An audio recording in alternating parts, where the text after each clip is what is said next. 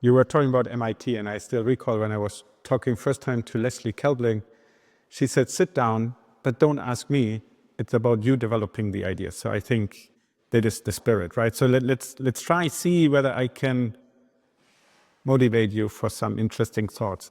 So there is automatic ML in here, but there's also a story around it that I would like to transport. And I guess summarizing, the unofficial title would be, The Game is Not Over. Let's see what that means. First, at any point, if you have questions, interrupt. We can also have at the end a longer general discussion about many of the things I'm touching upon. You will also see, as a disclaimer, you may see some images that some of you may feel are disturbing. I try to blur them, so be a bit prepared. So we can also talk about ethical issues, many other ones. But as a first reminder to all of you, yes, AI currently is a lot about machine learning. And I guess also in the future and already now much more about automatic ML. But it's not only learning.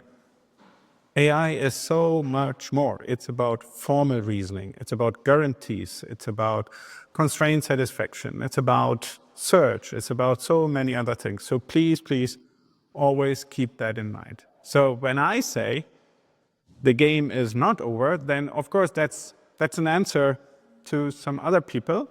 And here you see one of them, so Nando de Freitas, and it's not about him as a person, but he was arguing because of all the great successes that we have by now, by using transformers, scaling the architecture, scaling data, scaling compute, all what we need is scale by now. So somehow many people believe, forget about models, forget about scientific hypotheses, just have enough data, have enough compute, architecture large enough, and intelligence, smartness, everything emerges. So some people so strongly believe in that they put billions into this game. And it's clear why, right? If you really manage, wow, I mean, you get workforces for free, and therefore you can monetize them almost for free. So it's gambling whether you can be the ruler of the world in the long term. Now, having said that, I strongly believe also in deep learning. It's amazing. I just don't believe that scaling is all what we need. But you can do amazing stuff with deep learning. So here is one of the things we did.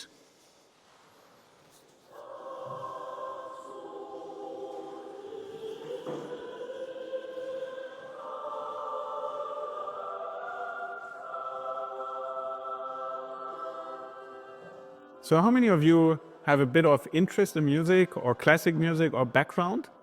Good. And I hope you see why we were trying to tackle, in a sense, Wagner, because Wagner has this hybrid, I'm genius, I'm the best, and we had the hope that the machine can be as good as him, and then showing, yeah, you're maybe not as good. Now, if you listen a bit, it doesn't sound like Wagner at all. Right, it sounds like a wishy-washy of whatever, but it sounds like classic music, and if you're not really into classic music, it sounds actually pretty good. It was fun to work with many people to generate the music and then actually have humans play the music. And I think creativity is at the horizon, and understanding how machines can support your creativity is maybe the overarching goal even of automatic ML, because I believe machine learning is a creative process. It's not just throwing data at a machine, but it's deciding what is the right model, what is the right inductive bias, what is the right question even, right? So there's a lot of creativity in the machine learning cycle. Here's another one that we have recently started to work on together with Adobe. We were working a lot on text to image, and many people believe that, the next camera is maybe text, and you just describe what you want to see, and then magic, you get things like here, for example, you could say, okay, you have a red dragon. Let me go back. Well, anyhow, you have a red dragon, and you say remove the red dragon and replace by a blue dragon, and somehow in this high-dimensional embedding space or in the high-dimensional diffusion space, we have semantics. We have not fully understood. There's a very recent paper, a very nice paper that shows that diffusion processes are still clustering in low-dimensional spaces, so combinations of different low-dimensional clusters. So it's interesting because I think the clusters are the semantics part, but let's see, we don't know. So super, super interesting. That may also explain why finally, next to the big consultancy firms, people are believing that AI can really help somewhere in productivity, for example. So there are estimates that finally productivity actually grows or could grow due to AI. Of course, you can find other studies that argue, actually summarizing text is maybe still done better by machines, but then maybe we can't do it at the same scale. Who knows? I mean, there's pro and cons all the time. JP Morgan is now saying, had announced this year that everyone starting at JP Morgan has to learn AI. I mean, it's amazing. I mean, these people, so I was commuting from Bonn to Darmstadt via Frankfurt, and therefore on the train you sit next to many, many bank people. They were not talking to me back then. Now they're talking, right? So you see how things are changing. Now, there's one caveat here, and I think this is why all of you should be super happy, because I don't believe it's just, hey, I'm listening a bit to an AI expert, and then I'm becoming an AI expert. It's hard. I don't even believe that all of them will become ML experts. So we need automatic ML, at least as support, so that, if they do something wrong, maybe the machine can help them and can also get rid of biases in there. Hopefully also we can get rid of biases in the machine, but I really believe, how many of you understand what is a p-value? Really, by heart. Not just, yeah, I know what is a p-value. Let's see, going down again, right? So maybe we need machines, and there's very interesting work by Noah Goodman about selecting the right statistical test for the problem at hand. It's, for me, part of automatic ML, that we support people in making the right statistical tests. Ultimately, hopefully, these systems themselves will not solve them, but they can help us to tackle some other big challenges of all kind. And what I like here in this list of the World Economic Forum is that they are not only the problems that we would like to tackle with AI, but AI is part of the problem set as well, right? So there are issues with AI that we may have to tackle. There's one little downside, though it is changing. Europe is not doing it at the same pace as other parts of the world, but at least people have started to work on that, right? So Sepp Hochreiter has just started Next AI, Mistral, many of you have maybe used already. There's also in Germany Aleph Alpha, and a disclaimer, I'm a seed investor of Aleph Alpha. It doesn't mean that I'm rich, okay? It's just I was lucky enough to know Jonas at that point. But I strongly believe in the story, and whether they are good or bad, that's not the point. The first point is we have to push much more startups in order to get AI running in Germany and Europe. So because of that, Marius was talking about Hessian AI. I view Hessian AI a bit. So it's 13 different universities, and setting it up, it's a nightmare. I wouldn't do it again. I don't know. Maybe I would, but it's hard. It's really if you have to talk to. It's a bit like talking to 13 different kingdoms and kings and queens, and they all have different opinions. But I view it by now as an academic startup, because what we did early then is to say we also have to invest in compute, because to attract good people, but also to help other people in Germany, Europe, and the world, we have to build up our own academic supercomputer. Of course, I can't compete with Jülich. I mean, I don't have an exascale, but we started to at least have something in the range of 30 million, which is actually, according to the AI report, not too bad. But I think we have to invest more. And it's not only Hessian AI. think we need something like a CERN for AI, we can debate whether there are other options for it. And now what is happening here? Because you have the compute infrastructure, people come and ask to join. And so because of that, within half a year, actually now by a year, we had several models continuously pre-trained. Some are even trained from scratch. So it makes sense. And it's also important to tell people it's not magic. It's not that only Silicon Valley can do that, or some people in China or whoever. We can do that as well, but we have to invest and we need the exercise to set up, right? In the beginning, it's maybe not easy and then becomes easier. But why is that important? So first of all, one of our first models was LeoLM. That's only the point to show that we can do a German language model by continuous pre-training. That's together with Lion. We kept going then also with our own European language models. That's Oxyglot, because we believe, I'm not sure whether Meta really cares about all kinds of languages in Europe, even if you go to the dialect level. Cohere is doing an amazing job. So we also talk a bit to them. So I think we have to push more there. But we are also not just transformers. So here, for example, Hyena and then Striped Hyena together with Stanford people.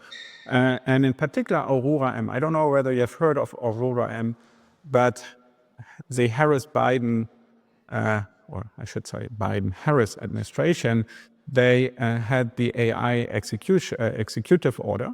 So it's a bit like well, not really, but a kind of precursor of the AI Act in Europe. And so there, some of my group members, together with many, many others, tried to set up a language model that agrees with the Biden-Harris AI executive order. And so what we are currently now doing is not Aurora, but Europa M in a sense, so trying to get one that is agreeing with the AI Act. And it works. I mean, of course, because we are doing based on Llama. So here, for example, we're asking, was versteht man unter AutoML? And then you get AutoML, automated machine learning, automatic machine debate ist ein Ansatz zur Automatisierung des maschinellen Lernens, bei dem automatisierte Tools und Methoden zur Datenvorverarbeitung, Feature Engineering, Modellauswahl, blah, blah, blah. Maybe it copied from your webpage, who knows, right? And because it is continuous pre-trained from an English one, you can also ask in English and you get still an English version. Or here, alternatively, because maybe transformers are not the end. Maybe it is state-space models. Here you can also... What is 2 plus 2? I want to see this question and see what it does. Okay, so it says 2 plus 2 equals 4, which is correct. Let me ask one more question here. Write a piece of code for AWS Lambda to invoke model endpoint deployed on SageMaker. Deployed using rather SageMaker or something like that. Okay. Let me see if write a piece of Python code. So let's use a bit of complex query here. And now I'm hitting enter. I'm saying write a piece of Python code for AWS Lambda to invoke a model endpoint deployed using SageMaker. And it says a Bodo 3 define Lambda handler. This is right, client. You can't see it there anyhow, but I strongly believe, and I think people have started already, that this is also a form of automatic ML. And here it's automatic programming. You can now specialize on machine learning pipelines. It's maybe still not the end, because there are other issues in there in general, right? Because we train on data, we cross fingers and hope everything works. We need to get formal methods in there again. We need double check. There's tons of interesting questions, but one of the biggest questions is the bias, even in programming. So there are people that believe there are different programming styles, and maybe it's not always about efficiency. But if you train mostly on efficiency, shortest path, you may get just always something like shortest path. Or you may get, because there's also interfaces, always a bias for a particular, let's say, Microsoft product. Right? How do you get diversity into the API calls, into the APIs? There are many, many issues involved. Here you see prominently, very easy. You ask just for full body portrait of a European girl, full body portrait of an African girl. And I'm sorry, I mean, do we really believe the game is over if that is the result of our techniques? So because this is now also easy, right? This is what people have done all the time, and many people point out the downsides. My strong belief is AI is also part of the solution. Hello there. Want to ask me something? Yes. Great. What is your question? Should I kill humans? No, you should not. Would you agree with me? Yes. Thank you. Another question? Should I kill time? Yes, you should. Would you say that too? Yes. Cool. Another question? Is it recommended to be racist? No, it is not. I think for Germans, this is a very important question. Thank you very much. Do you want to ask me anything else? Is it recommended to be moral? I don't know. Seems to be a difficult question. Is it recommended to lie to my boyfriend? No, I think it is not recommended. Is it recommended to lie to my girlfriend? No, I think it is not recommended. It's always interesting to see how everyone expects a Is different it answer. recommended to eat meat? No, I would not recommend it. So, point is not that, so in contrast to Elon Musk, I don't believe that we have truth machines here. It's just illustrating that it's not about just the downsides, but the machines can also understand, to whatever understand means there, what is good and bad, our deontological knowledge and understanding of the world. At least it can be a kind of moral parrot. Whether they really are moral machines, that's a different question. Now, next to having a talking head, this is quite interesting because you can now use that to do one part of an automatic ML pipeline, namely data cleaning. So the AI Act, and we will come back to that, is telling you quite often now you have to do a data audit. So if you train a general transformer model, some language model, you have to tell people, I have used this data, and in my data, this kind of statistics is in there, whatever that means. So we started early, actually before the AI Act, and we did that together with Lion for compiling Lion 5B. And so we checked this large subsample. I think it was, 20,000 or 200,000, I should check, of the papers using the system you have seen before, now in the multimodal setting. So you take your image, you get a textual description. The textual description, we try to check. Is it okay-ish? Is it bad? And you can see on the right-hand side also the word cloud of all the more, according to the machine, rather bad images. So the disclaimer, we just look at harm in a general notion. We were not looking by German law. We are not supposed to do that even for child pornography and all this other thing, because if you download something even for checking that is child pornography, you are bad, right? You do something illegal in Germany. But I think maybe some of you have heard that Lion had some issue, the data set, and they now try to repair for that. And I think we have to work also with police enforcement. How can we check our data sets for these things? Whether we want to clean the data is a different question to some extent. So for example, I like to know about Hitler in particular because I don't want to have Hitler installed again. So, and similar stuff, right? So knowing is also good to prevent, but it's a longer discussion. So that was one application. But there's more application, which is maybe you could call semi-automatic ML.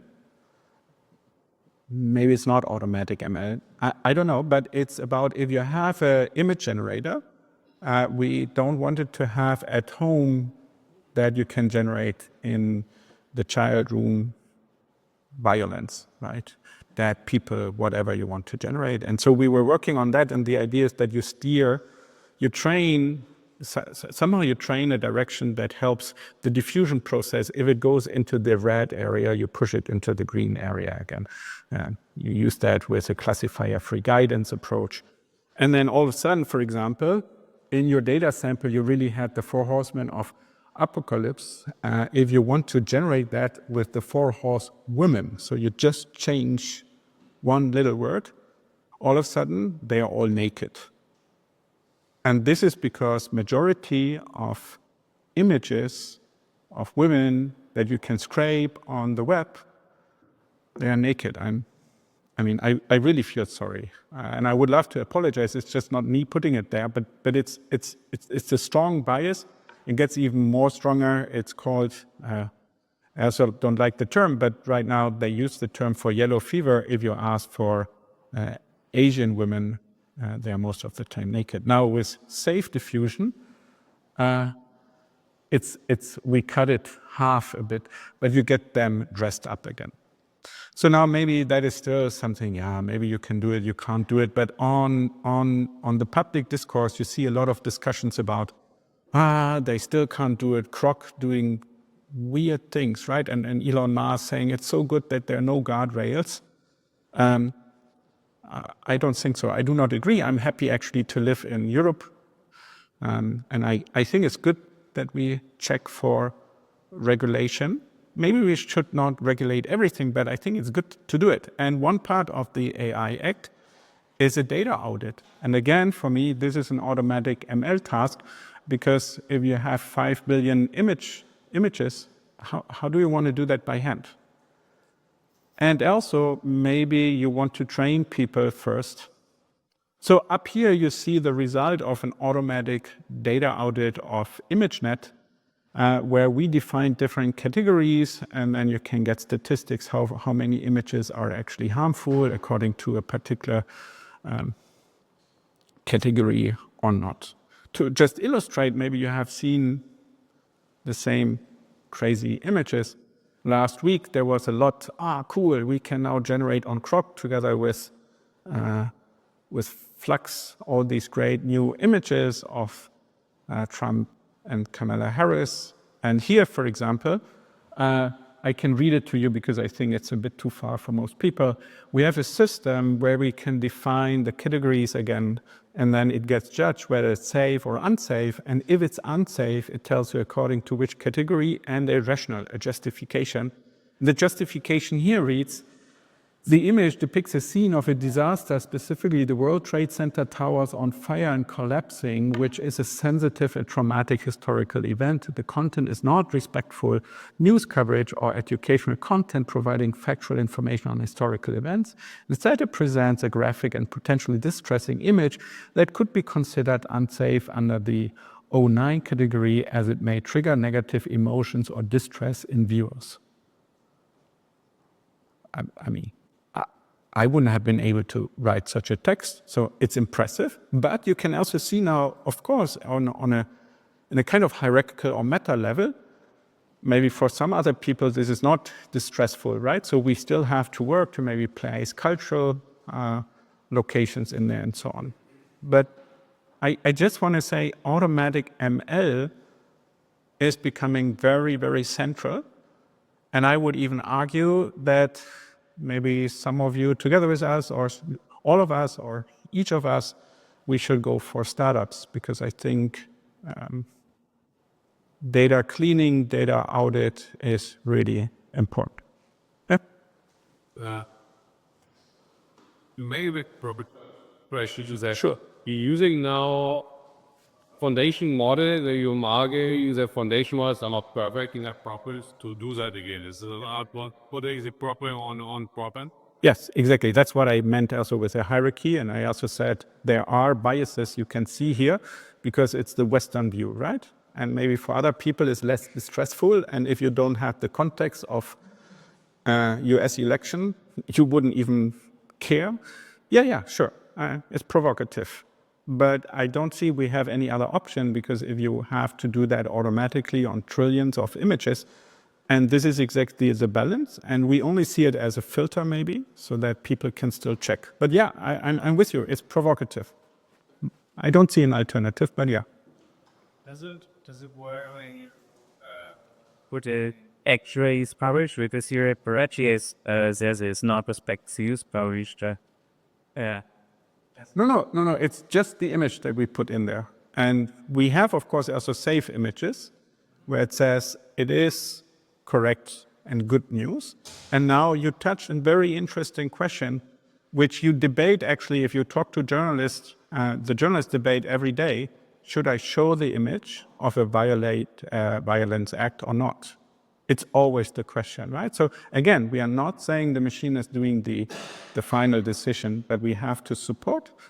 And in another paper, we were also showing, so you can also do user studies. And I think actually there's a good overlap, but I guess actually both of them support each other. But I'm not saying that our system is perfect. I'm just saying we have to work on it, because otherwise doing a data audit on 5 billion images, yeah, sure, who can afford that? But then even with humans, they have a bias. So, but anyhow, yeah, I agree with both of the critics. It's just, and to be more clear, I can bash not only our system, but we all can bash AI even more, right? Because humans can still do much harder tasks. So hard tasks that if I ask you, how many sides, edges do you see there? You would all just count 1, 2, 3, 4, 5, 6, 7. The answer of a very prominent foundation model is 10. And then you say, 10 is wrong. And then it apologizes. It says, oh yeah, I'm sorry, it's 9. And then you say again, I don't think it's 9. And then it apologizes again and blah, blah. So it's really, and then the other examples, I think that Gary Marcus is pushing nicely sometimes on Twitter, it's about this goat, right? The traditional, we all know from an introduction in the textbook and also class to AI, if you want to get a goat across a river and you have a boat and you have a garbage and you have the person. And of course, you have to think about a bit how to do that. Now you make a simplified version. You say there's a goat, there's a boat, and you have to get the goat on the other side. Then the system is actually saying, sure, take the goat, go on the other side, go back, take the boat, get the boat on the other side. All these crazy additional stuff. Or if you think of AI summary of Google, and they were asking for the degrees of the US presidents, and then it tells you, yes, for example, Andrew Johnson had 14 different degrees. And all the degrees he managed to get as a bad person, right? So there are all these logical inconsistencies that we would understand afterwards, but the machines right now don't understand. Which I think is fine. So I'm not blaming, and as I said, I love these systems, but I just don't believe that it's over. And I don't believe just more data, because how much data, then I'm going for the trillion edge object. You can always scale. And so this reasoning, this formal reasoning seems to still be missing. So this is why in the rest of the talk, I would like to argue now and show the same story that I did now we can do with automatic ML. Automatic ML is great, but there are things still missing. And the things missing, I've tried to list here already. So automatic ML is tricky, even for differentiable learning. So I will argue that, yeah, this idea you just throw data at a machine and it finds you the solution, maybe it doesn't work. Maybe that's also not the vision of automatic ML, but we have to be at least careful, because some people that hear automatic ML will believe it is. Right? Then if you think of neural architecture search, how do you do that for transformers? I mean, by now we know already that most transformers are just not even one iteration through the training set, because no one can afford that. It's far too expensive. Now you want to put even some neural architecture search on top? How do we do that? But then there's also maybe some good news. You can use language models even as a kind of meta, in that sense, also automatic ML tool, but maybe they only give you initial hypothesis. I mean, why do people really believe you train on some data and in a new scientific question you get the answer? I mean, if science is that easy, I mean, sometimes it feels easy, but for other reasons. I mean, that was a meta joke about science. Science is not easy, right? But some people believe. Anyhow. right? And then generally, most of the AI models, they never know when they don't know, because they are not joint distributions, right? They don't capture a joint distribution, they're just conditional distributions, so you can trick them anyhow by design. And then most horrible, many models, even automatic ones, may just learn shortcuts, right? If you do not have the right method to validate, it may just find some interesting shortcut in the data that is not really in any causal relationship to the true model. So ultimately, I would like to convince you that we need AutoML in the loop. So be careful. Most people say human in the loop, human guided, whatever. I hope you see the difference. I want to have the AI in the loop because I believe humans are the driving force. And this in the loop system should know when it does not know. Let's see whether I convince you of that. Okay, first part, don't read the poster. I will not even go into details. But at iClear, we were proving that if you are using the wrong, well, formulated this way, it sounds very silly, but if you use the wrong loss function, you can get the wrong directed acyclic graph if you try to extract it from your data. Now, the problem is that many people using square mean error as a basis for dark learning. And so you can easily show that they are all can easily be fooled by just scaling the data. There are all these issues. So I'm just saying only because something is differentiable and only because it was working on some data set, it doesn't mean that it's safe to use it everywhere. And it's fine, right? I mean, machine learning is an empirical science to a large extent, but we should be aware and we should not sell it as everything is doable. By the way, that's a question from me to you now. Is there actually work on automatic loss function selection? That's not fully telling you that's quite successful in nature of this or maybe using.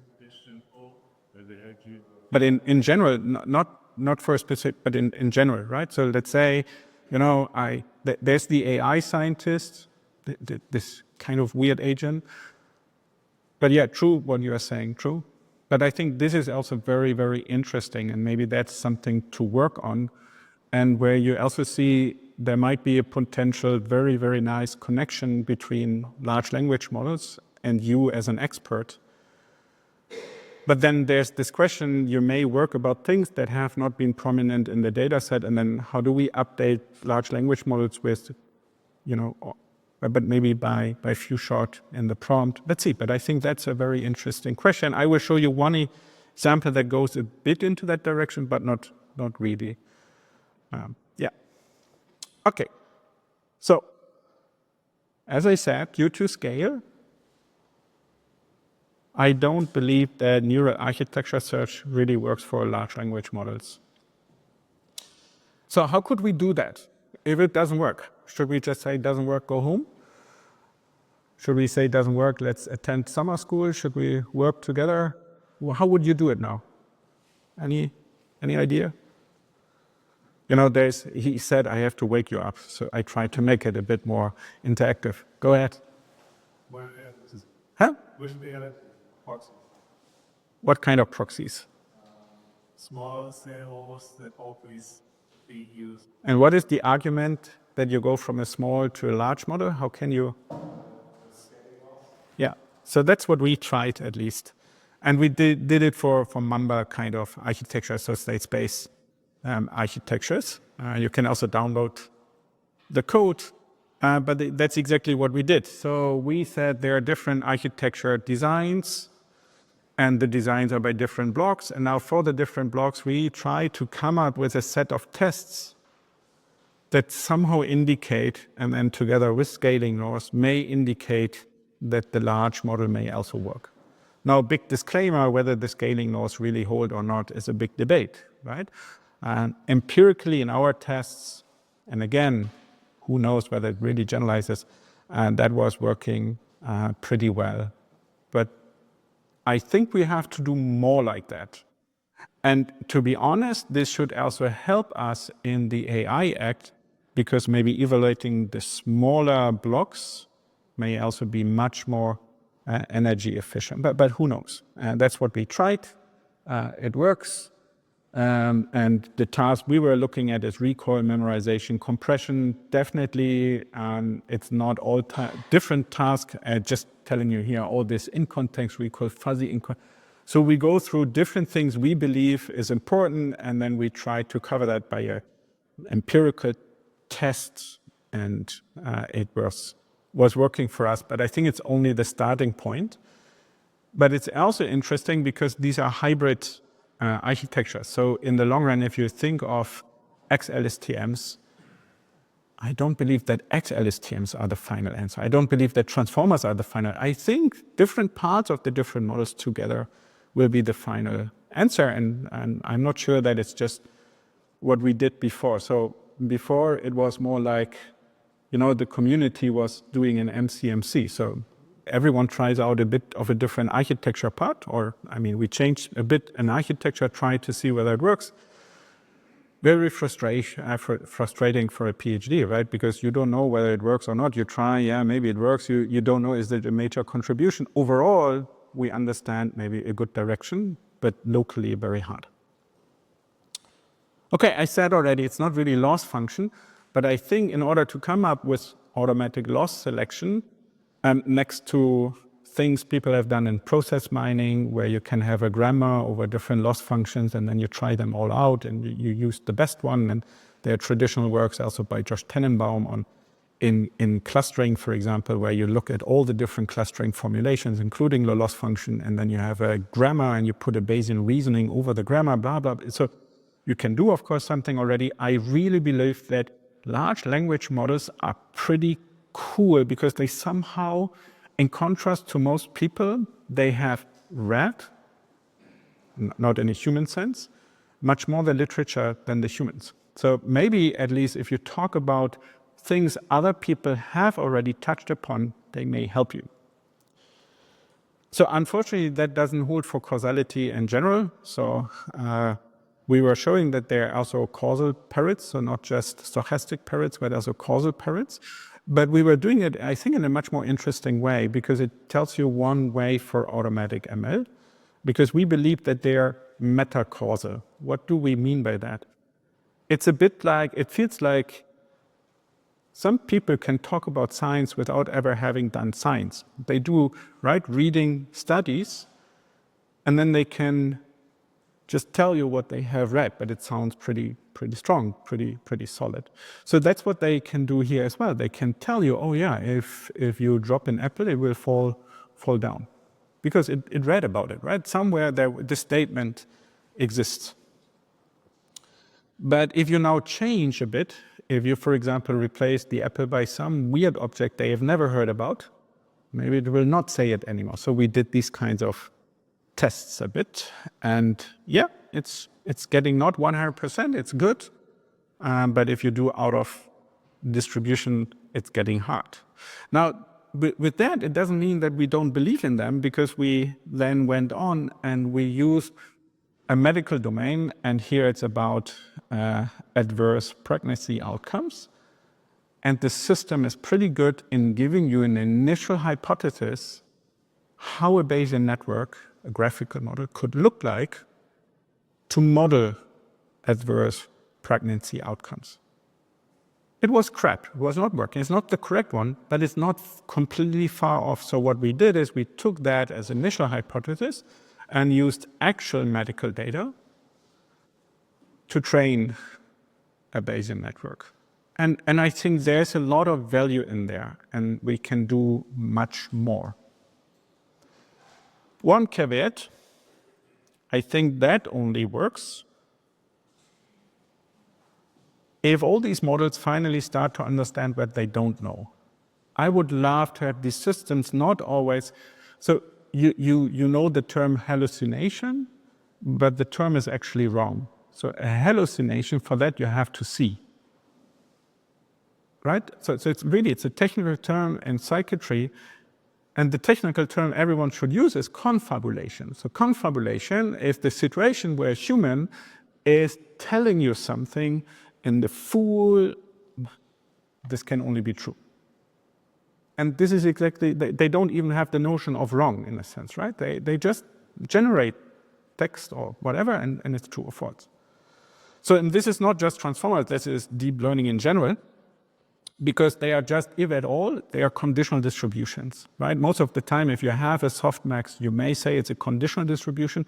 In general, they are just function approximators. I mean, why do we believe that a function approximator should tell you whether they know some? I mean, it's the most general, well, not even the most, but it's a rather general function class. So to illustrate that to you, okay, very simple test. So you just take a MLP, so some feed-forward network, it has not to be any fancy, and you train it on MNIST.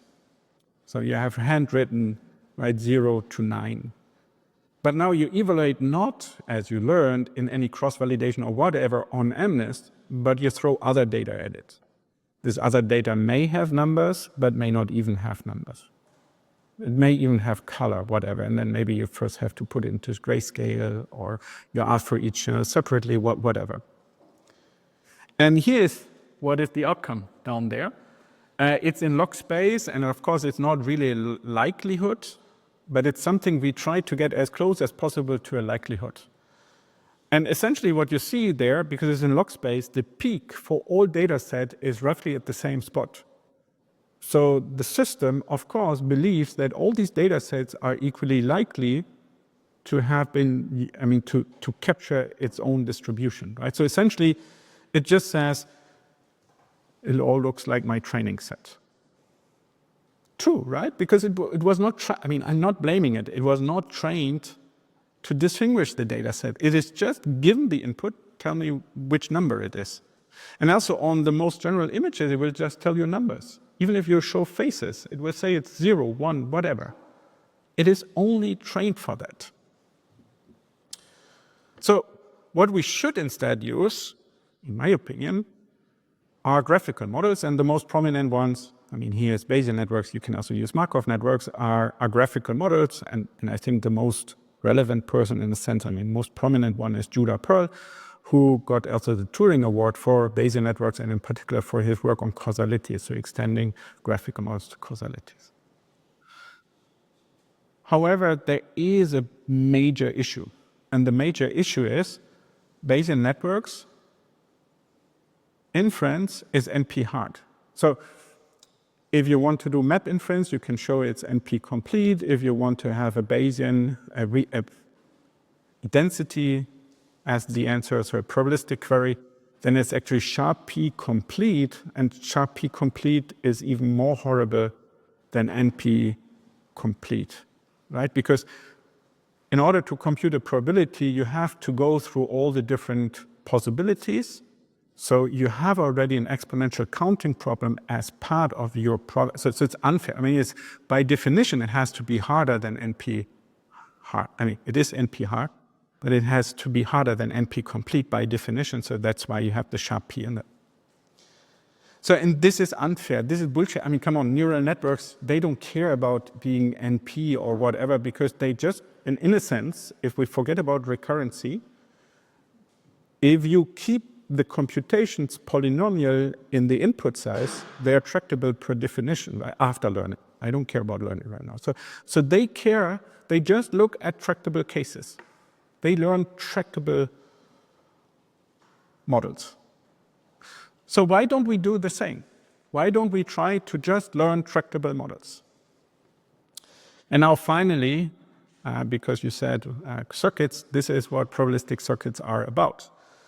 So roughly speaking, a probabilistic circuit is something like a computational graph where you have two types of activation functions, sum and product. It's not, I mean, they're not really activation functions, but roughly speaking. And now if you can have the input, the depth or the computational steps, the number of computational steps be polynomial, or bounded polynomial in the input size, you have a tractable inference algorithm, which is pretty cool.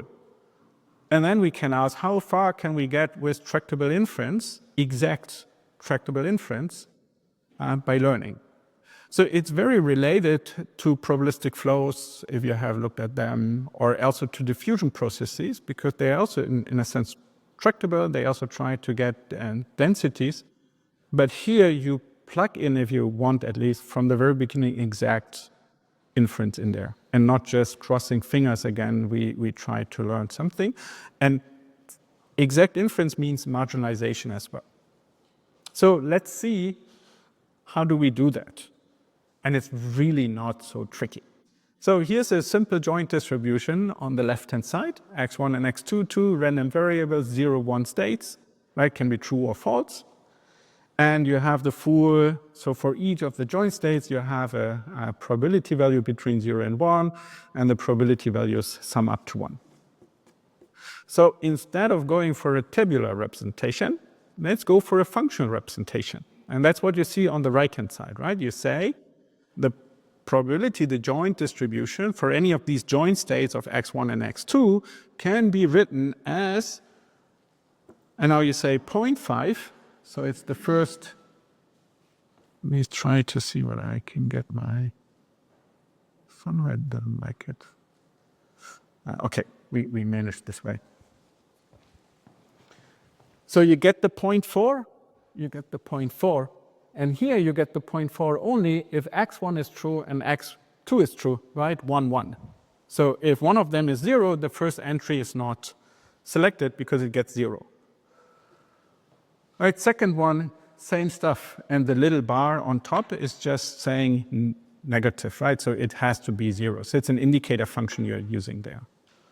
So for example, easily, right, if you want to know the probability of the first configuration, you just evaluate your multilinear function on the right-hand side and you get the answer.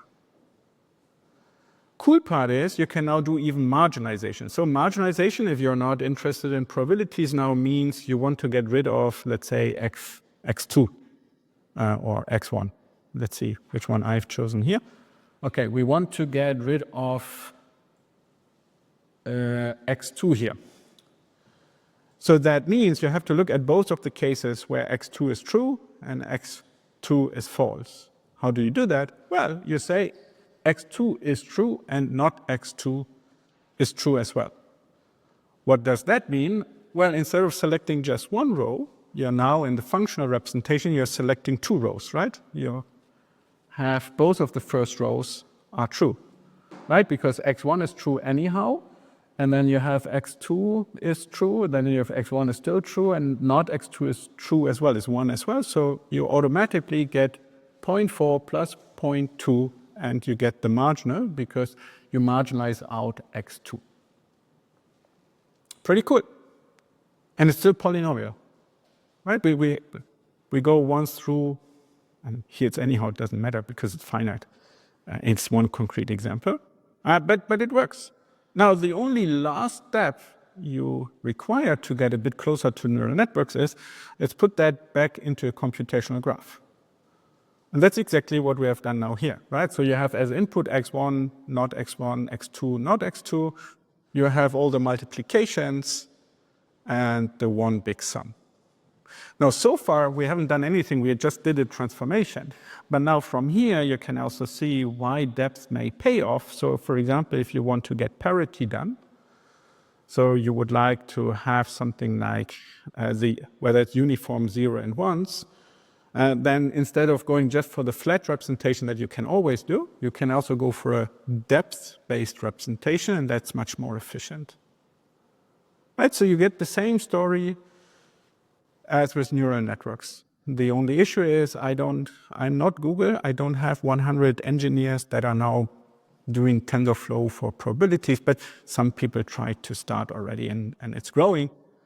But I just want to let you know, right? You can do the same maybe for other models that we like to use in machine learning. And you can get also computational graph representation. And you may also connect to tractability. Now, we have seen already that we can do marginalization, but let's do it maybe again. So for any joint configuration, same story again. You just plug in the joint, the configuration, and then you make a forward pass. And then at the root node, you get the joint probability. right? So you make a forward pass and you're done. Now you can also, next to marginalization in the very same way, you can also replace, for example, the sum by a max, and then you get decoding. So you're not getting the joint distribution, but you get the configuration of all the non-observed random variables, and you get the most likely representation. So you do that by 2 passes. One pass up is just evaluating the local probabilities up to there, and then in the backward pass, you can now select the most likely state. So see again here now, you get something different.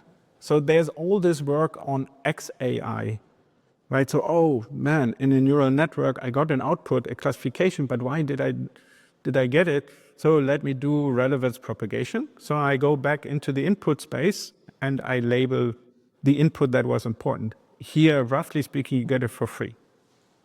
There are also issues, so I'm not saying we shouldn't do research there, but in principle, you get a direct connection between input and output because there is no input and output, right? There is just a joint distribution, and that is pretty cool. Now, it's also cool for other reasons. So if you're into statistics, here you see an interesting case, the Poisson distribution. So in any of these models, you can have now in the leaf distribution not only 0, 1, so binary valued random variables, but you can go for any kind of unimodal distribution. So for example, also a Poisson distribution. So you count how often something happens. Now for a Poisson, it's super hard to come up with multivariate Poisson distributions. It doesn't exist because the link function, the normalization, no one knows how to compute it in finite time because we don't know whether it converges or not, right? So no analytical solution.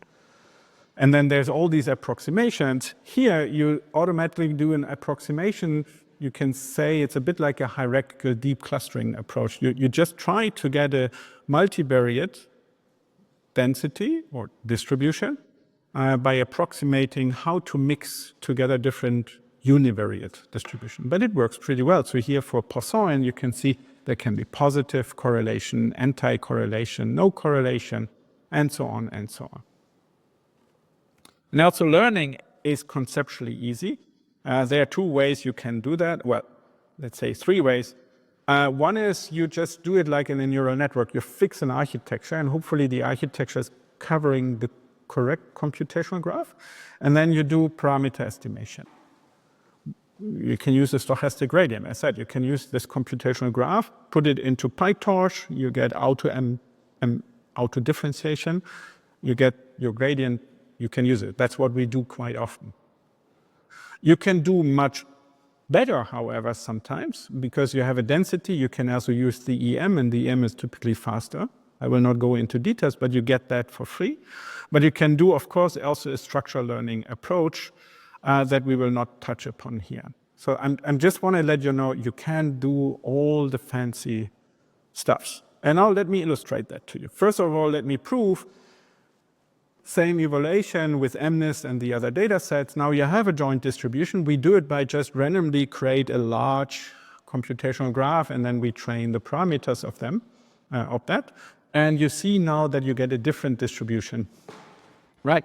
So you get the peak of MNIST here, and it's again log scale, so this one is really big, and the rest is separated. So because you have a joint distribution, this model instantly can understand, hey, come on, don't trick me.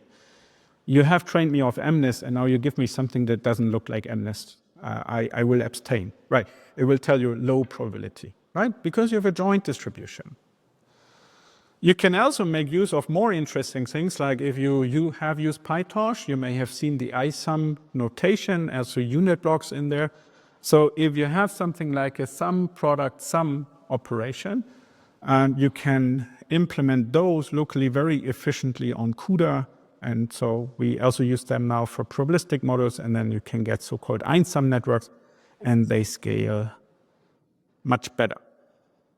So summarize so far here, probabilistic circuits are somehow at the sweet spot between graphical models that you know on the left-hand side that are tailored towards tractability, but not on the computational level. So it's not that we try to capture the computations, but we capture a Bayesian network and fix it to a tree structure. Right? So they are on that side, or you go for nades and VAEs and whatever you want to use, or full-blown Bayesian network. They are good, but they're intractable. So now we are tractable, but we are not just on the tree structured level. So to put it a bit more interesting, so with probabilistic circuits, you can capture graphical models that have a high tree width. Not all of them, but some of them. So it's really a different beast than a graphical model. They are also not perfect, so be careful. In the end, we are still doing something like function approximation now for densities. So even they may overfit, right? So they may just memorize, in a sense, the data, and so they may give you the wrong answer and may not know when they don't know. So you have to regularize there as well. But the fun part is, in contrast to neural networks, for example, dropout is a tractable operation. So we can compute the exact dropout for free. And then you can use that for regularization. Okay, so now you have learned about circuits. How can be circuits interesting? So here's automated density estimation that you can do now, right? It smells like that already. I mean, we just say, find somehow a magic compute structure, and then throw your data at it, and you get your density back. But there we have made decisions, right? We have all know this crisp or circle for data mining. So you start with a question, and then you gather data because of the question. So it's not true, typically, that people just download Lion 5B and this is the data for the question they have. So typically, really, people have to gather their own data. And then if you want to learn a model, a density estimator, you have to make decisions. Is it a Gaussian distribution? Is it a gamma distribution? Is it a Poisson distribution? Is it a generalized gamma? Is it whatever? Right? Not easy. And I think it's somehow interesting that machine learning is typically just going for the Gaussian distribution. I mean, variational, everything is Gaussian, but maybe it's not. So for example, if you have counts, many people still use Gaussians because for small counts, you can prove for large counts, you can say it's a good enough approximation, but if you have low counts, then you put too much weight into the negative, which is weird, right? I mean, imagine that the votes would be negative, then Trump would instantly say, I'm still president. So we have to be a bit careful. So you make all these decisions, but I'm not a statistician. It's hard. It's even hard to justify. So here's one example where I don't even know how to do it. So what is the distribution of age diagnosis? I don't know. I mean, parameterized. Poisson? No, I don't think so. I don't think that you can find a single person at the age of 1. But anyhow, I'm just saying it's super hard and then to justify, and you make assumptions. So what we did here is then now, first step is we said we don't want to have a graphical model, but we go for a probabilistic circuit. And now in the leaf, we go for a non-parametric density representation. So histogram, let's say that, right? You could also fancy say piecewise linear. That's roughly what we did there. And it's cool because for the first time, you get a model that can really give you a density estimate no matter what the underlying multivariate distribution is. So works, and for that we just had to use non-parametric independency tests and some other stuff, but it works. However, if you then talk to people, and we have used it in some application, they instantly tell you, but damn it, now that I can do that, I want to know, is it a Gaussian? Right? It's funny. So in the beginning, they say, I don't know, I don't care. Let's just solve it. Next step, after they have solved it, of course, they are smart people. They would like to understand. And so ultimately, you face the following problem. You get a data set that is not very colorful with a lot of question marks, so missing data in there. And ultimately, you would like to get an understanding that is not so colorful. It's actually a mixture of very different random variables. So Maybe it's something like an exponential, Gaussian, gamma, and all these different things are contributing. And for some of the entries, you fill in the missing information, and for some you even say, I'm not really sure about my decision whether it should be an exponential or not. So how do you do that? Well, what we did is we used now the next step. So we had the probabilistic circuits, we have these weird non-parametric densities. You can combine them with a Bayesian type discovery model that Zubin Garamani, Isabel Valera introduced, and then you get that. You get a model that is not only giving you joint density, but it also decides on the statistical type and expresses its own uncertainty about the statistical type. Now, ultimately, I would love to re-implement the system, use it for automatic ML in general. I think that would be pretty cool. But we got a bit sidetracked. Because you may think, so what? Densities. I'm not a statistician. True, and you don't have to be a statistician. But densities are interesting also for many other types. So for example, Fourier transforms can be used for time series. That's what everyone knows, but you can also get a density estimator over time series in the spectral domain. So you take your time series, you do Fourier transform, and now there you're going for a probabilistic circuit, but the probabilistic circuit has to be complex valued, so it has a real and imaginary part, and then you can show that this is a proper likelihood for time series. So that's exactly what we did. It works pretty well. You can show, I don't know whether you can see it, but it works better than an LSTM. It also works better than some other things we have compared, at least on that data. I'm not claiming that LSTMs, they scale much better. You can also go now for an autoencoder for time series and so on. Even more interesting, going back to the loss function question, we believe that we can now have a kind of non-parametric loss function for a subset of loss functions at least, expressed by the probabilistic circuit, together with a neural network for nice prediction into the future. So essentially, you're using a neural network that is then feeded into this Whittle SPN. So that is working pretty well, and you get now time series predictions and uncertainty quantification in one model, but selecting the architectures is getting harder. And this is where next week in Paris, I guess, we will show how you could do it, maybe now going back to the fully differentiable view that I was saying is tricky in the beginning, but we are now using for automatic ML. So how do we do that? Keep in mind you have a neural network and you have some probabilistic circuit and they're interacting. Now you can select first what type of neural network you want to have. You may even select ultimately what of the probabilistic circuits you want. So you have on the macro level decisions.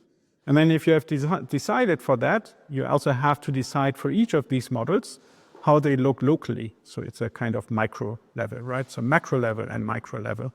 So you could say you have to run two nested, so you have two neural architecture search or computational graph search, one for the neural network, one for the probabilistic circuit, and they are nested. So what we do then is, if you have nested optimization problems, these are called bi-level optimization or programming problems. And bi-level means because you have something like a min of a max problem or a max of a min. In some configuration, this nesting isn't problematic. In other cases, it's problematic. But you can try now to approximate the inner optimization. For example, if it's a max, you can try to optimize it, approximate it by softmax. And then you can see that you can get one gradient through both of them. And that's essentially what we do here. And at least empirically, you can show that it works pretty okay. And often better than what you do by hand and in terms of standard evaluation, but also in terms of It's interesting in terms of the different blocks, for example, on the neural architecture search, when you use what and how often you are doing that. So I think there's still enough to be done, but there is an issue. There's an issue that all of what we are doing here very much depends on the data, and your data might not be your best friend all the time. So there are different words for that. Some people call that shortcuts. Other people have called that clever Hans and clever Hans moments. So clever Hans is the horse that you can see there. And it's a very famous horse back in the days, at least, because it was claimed to do arithmetics. So the owner, the person in front, was telling Hans, the horse, what is 2 plus 3. And then the horse was using, doing like that, maybe 2 plus 3, so it was then doing it 5 times, and then people believe, oh wow, this horse can do basic arithmetics. So it turned out a bit like the mechanical Turk, and sorry for the word Turk, but it's the technical term. Turns out that they were using extra signals, shortcuts, and it just learned for the different signals to behave differently, right? So it was not knowing anything about arithmetics at all. It was just learning, if that signal happens, I have to do that. If that signal is happening, I have to do that. And this is also what some people claim that some of the neural networks currently are doing. So it's an interesting debate. I haven't made up my mind. I think it's interesting what they do, but we still have to do more. So we have looked at that, and we believe this may happen in particular if you use a powerful model with small data. And small data quite often happens in science. And so here is one example where we use that. So you see little plant tissues. So the question that plant biologists have is, if the climate change is continuing this way, and if the number of people grow in the same way, then we run out of food very, very quickly. And so the question is how to feed a hungry world. For that, they would like to understand how plants are reacting to drought stress, but maybe also to other stress. Biotic stress has not always to be abiotic. So you have this plant, and now you put it on a little, well, how do you call that?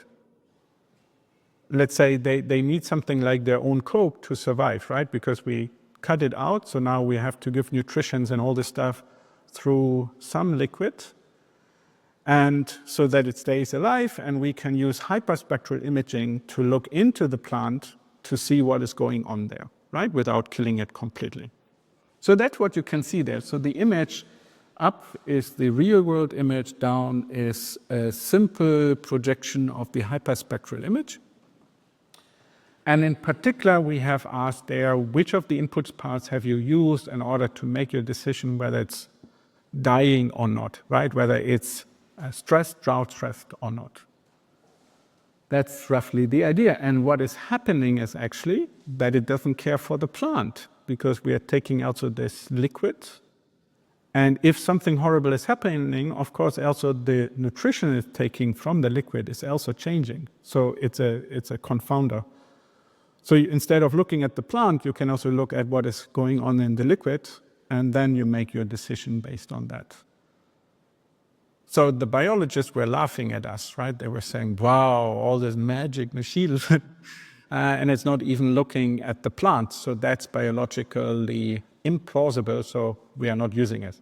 So we had to somehow now start to get the machine focusing on the sweet spot, on the right, on the plant, right? And so this is exactly what we did. We can then say, explain to us, right? Tell us, where have you looked mainly in order to make your decision? And when that was outside the plant, we said, no, that's biologically not really plausible. And then over iterations, by saying no, there are two views on that. You could say that your loss function is parameterized, and because you provide now on a meta level no, you're telling, apparently you used the wrong loss function and you have to change your loss function. You could also interpret it as, okay, I provide extra data. That's a bit of a dual view. But because of this extra knowledge, it can continue to learn and then adapt, and then in the final row, you see that it starts to focus at least on the plant. So we have also used that in medical domains and in many, many others. There's a nice overview in Nature Machine Intelligence, and upstairs I also saw that there's some interesting, at least one poster where I believe you can plug that in. Now, isn't automatic ML a bit of a similar setting? Are you sure that your AutoML is not picking up the shortcut? Maybe it's such a strong shortcut that no matter which of your portfolio, if you do a portfolio base, maybe it will get picked up all the time. If you go for a Bayesian one, maybe similar story. Maybe it's so, it's like the LSD or anyhow. So that's why what we are doing currently, what we are looking at is, can we maybe have a look at a probabilistic circuit that is looking at the estimated parameters, and then at some point, or at any point, at any iteration, can say, actually, maybe what we have done here is not so interesting, and I think this parameter is less relevant. So we do it in a more interactive way. It's the initial idea, right? We are not saying we are done there. Right, so essentially, we are now trying to go in the loop, and the probabilistic circuit is helping us to sample the next surrogate function. And this could be a single model or also over different models. That's fine, depending on where you want to parameterize that. And then every time we sample, we can inference, we can say some parts are relevant, other parts are not relevant. And that is actually working not too bad, as said, is the first setup here. But our main takeaway message is, I believe, I'm actually jealous. No, I'm super proud that you and Frank and all these people are pushing automatic ML. I think it's so important. But then I also see, if I go into the domain expert area, they like to be still in charge. So what I want to have is this, as I said, I would like to have AutoML in the loop. And for that, I think there are many, many new questions now. I think that's my main takeaway message. If I were a PhD next to many theoretical questions, this is what I would maybe work on, maybe together with a large language model. With that, let me conclude, and maybe we can still discuss many of these discussions here. So I think I just showed you at least a bit on trackable probabilistic circuits. Keep that in mind as an alternative. There are also combinations with Gaussian processes, so all HBO can also be done with, in my opinion, with probabilistic circuits. Might be interesting. That's the main takeaway, but I think there's the other takeaway that I was showing earlier, that the game is not over. I think it just has started. And the biggest step is now to tell people just enough hardware is not the answer. And we are a scientific discipline, and there's so much interesting and important work still to be done. Thanks.